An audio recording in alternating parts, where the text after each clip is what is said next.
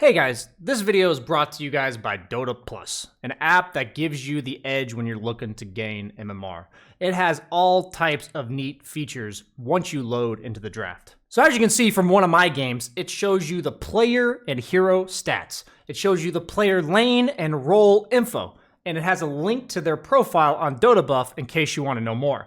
It tells you who is queued together, and it also gives you ban suggestions right at the start of the draft. This game, it told me to ban Puck, one of the best heroes for an enemy player, and I tried to ban it, didn't get banned, and proceeded to lose to Puck. So it definitely works out. And if you're not sure about how your matchups work, it also has a matchup calculator as the draft goes on. If all of this sounds interesting to you, make sure you click the link below in the description to download the app. Hey guys, if you have already missed the other ones, just know that this video is number 3 of patch 7.32, and for the first week or so, I'm going to be giving you daily updates on things I have noticed in my games, things that have worked, things that haven't, and exactly what you guys can be looking to do in your games if you want some fun and hopefully winning some MMR, both at the same time is ideal. Let's go ahead and get into it. Banana slam jam.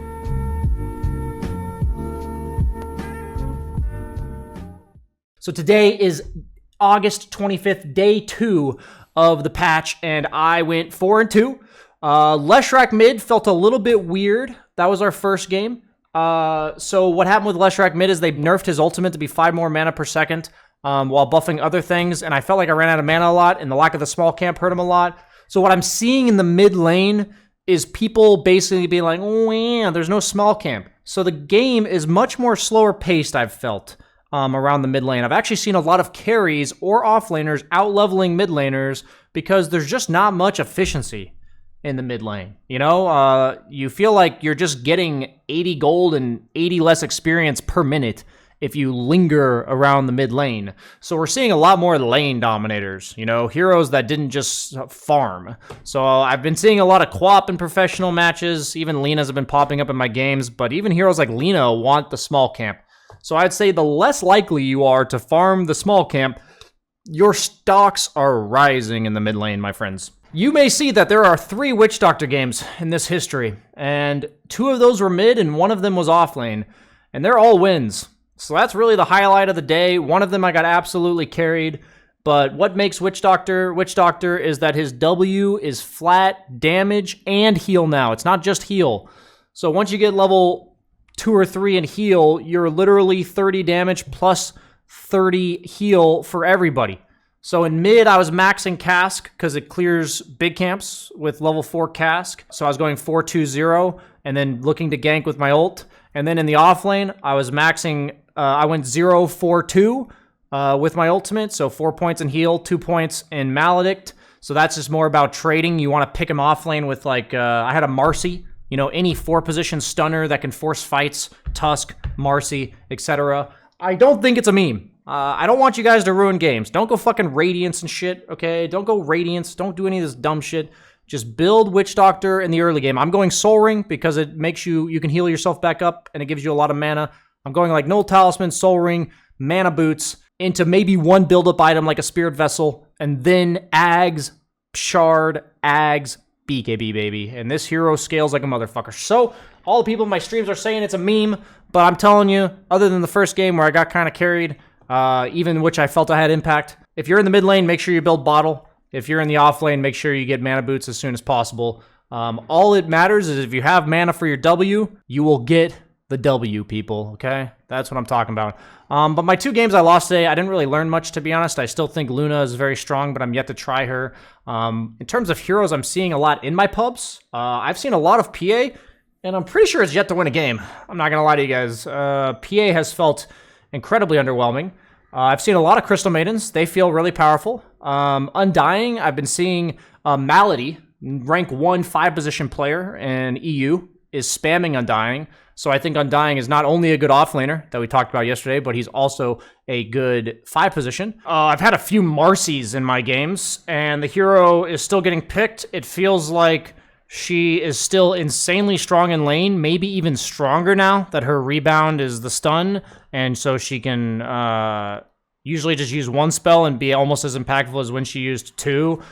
She's obviously worse later game, but the fact that she's still an absolute menace in lane gives her a lot of merit. So in terms of the predictions I've made so far in the patch, and one of them being incorrect, was Marcy being unplayable. I do think Marcy is still quite viable. So that's what I've seen so far. In regards to like carry hero pool, you know, what am I seeing? I'm seeing a lot of Faceless Void. Looks pretty good to me. Seeing a decent amount of TA that looks pretty good to me. I think Jug's still a solid hero. When it comes to all the things I'm experimenting with, specifically Undying, Witch Doctor, I'm going to keep giving you guys little bits and pieces of updates because maybe I'll change my mind. But so far, the changes are definitely relevant and I'm enjoying playing them. And they're actually a lot of fun. So just fun to try something new and maybe you guys can be ahead of the meta. But the only problem I have with Witch Doctor is that when I picked it mid, I got griefed in one of my 2 games because the guy was mad I picked Witch Doctor mid. So that's probably something you might face in your games. But hey, if we can get enough subscribers on YouTube, maybe, just maybe, enough people, you know, will know that at least BSJ thinks it's reasonable so you don't just get reported. But however, that may be anti-fun. Maybe try it in party queue, if for any of you that have friends. I don't know what that's like, but any of you that do.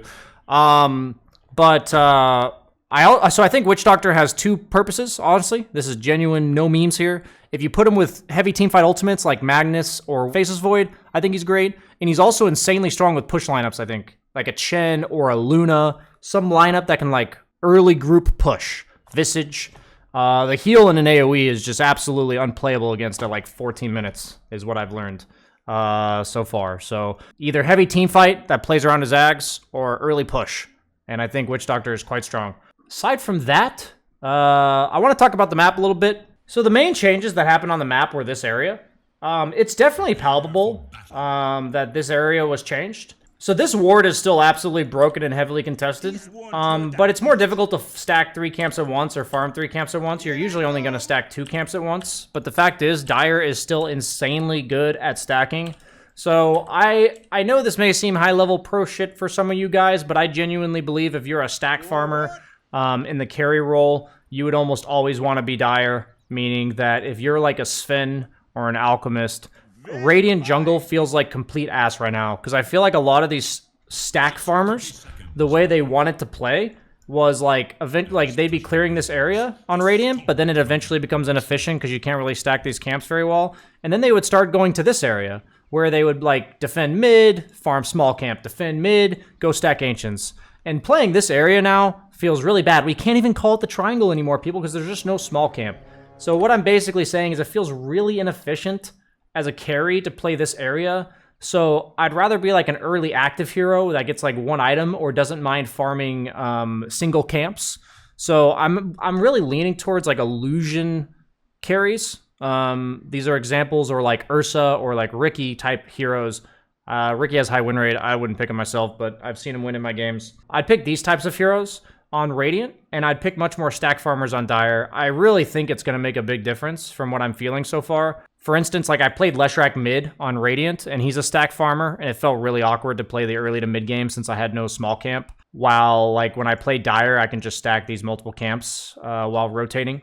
It feels like mid is much more about runes and rotating than it used to be. And when you get level 6, making like 1 or 2 moves in the side lane seems really impactful, if possible, because the fact that your small camp's gone, I mentioned earlier, the side laners are almost the same level as you in a lot of games.